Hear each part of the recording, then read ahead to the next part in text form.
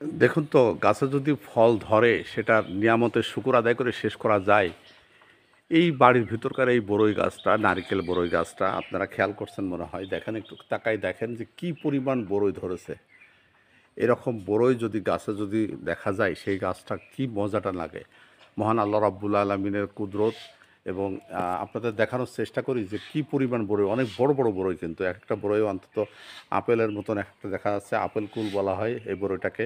এবং খুব সুস্বাদু, খুব মজাদার। আমি রোজাদার মানুষ বলে আপনাদেরকে দেখাতে পারতেছি না বা খেয়ে দেখাতে পারতেছি না, কিন্তু আমি আমার নানা বাড়ি এটা তো, আমার নানা বাড়ির এই বড়ই গাছের দৃশ্যটা আপনাদেরকে দেখাচ্ছি। এখনও কিন্তু পাকি নাই, বড়ইগুলো কাঁচা রয়েছে। এবং যেগুলো পাকছে সেগুলো কিন্তু স্থানীয় যে পাখিরা, আপনারা মানে পাখির ডাক শুনতেছেন, এই পাখিরা কিন্তু সব খেয়ে সাবার করে দিচ্ছে। অর্থাৎ পাকা বড়ইটা পাখিরা খেয়ে ফেলতেছে। হ্যাঁ, ম্যাক্সিমাম বড়ইগুলো যেগুলো পেকে গেছে সেগুলো সবই পাখিরা খেয়ে ফেলতেছে। যা হোক, এই রকম দৃশ্য গ্রামের পরিবেশ না হলে কিন্তু কখনো পাওয়া যায় না।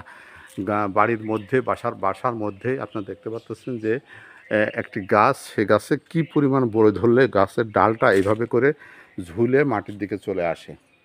হুম, এবং সেটাই কিন্তু আপনাদের দেখানোর চেষ্টা করলাম আমি। এ দেখেন কি পরিমাণ বড়ই।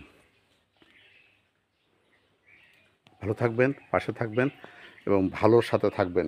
এবং নিজেদেরকে উজ্জীবিত করতে এরকম বাড়ির আঙিনায় এরকম ফল ফুলের বাগান করে নিজেরা কিন্তু স্বাবলম্বী হতে পারবেন এবং নিজেদেরকে আর্থিকভাবে কিন্তু স্বাবলম্বী করে তুলতে পারবেন, যদি আপনার নিজের বাড়ির আঙিনায় যদি একটা ফলের গাছ যদি আপনার রোপণ করতে পারেন এবং এরকম সুন্দর সুন্দর ফলের আবাদ করে আপনি নিজেকেও স্বাবলম্বী করতে পারেন। দেখুন না কি সুন্দর, আমার কাছে এত ভালো লাগতেছে যে এরকম বড়ই, এরকম ফল আমি খুব কম দেখেছি। আমার দেখা শীতে অনেকদিন পরে নানা বাড়িতে আসে, আমি মামা বাড়িতে এসে এরকমটা পেলাম।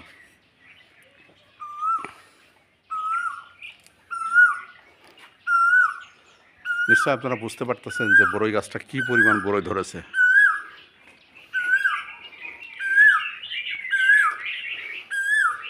একদিকে কোকিলের সুন্দর মায়াবী ডাক, অপরদিকে পাখপাখালির এই সুন্দর কিচিরমিচির মধ্যে আহ, এই চৈত্রের দুপুরের পড়ন্ত, এই দুপুরের রোদের কাঠভাটা রোদের মাঝে আপনাদেরকে এই সুন্দর বড়ই গাছের দৃশ্যটাকে দেখায় না, আমি মূলত নিজেকে আনন্দিত এবং উৎফুল্লিত হচ্ছি।